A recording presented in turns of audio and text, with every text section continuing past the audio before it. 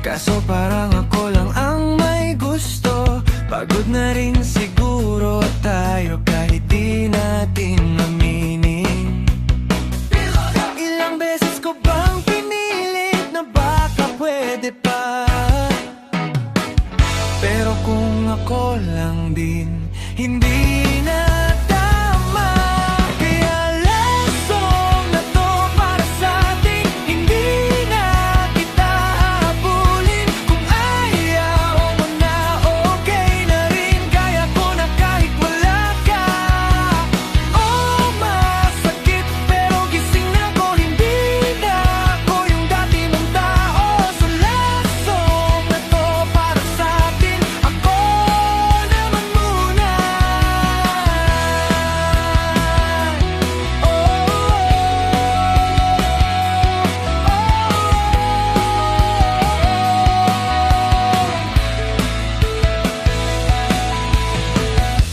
Ang dami nating plano na hanggang kwento na lang.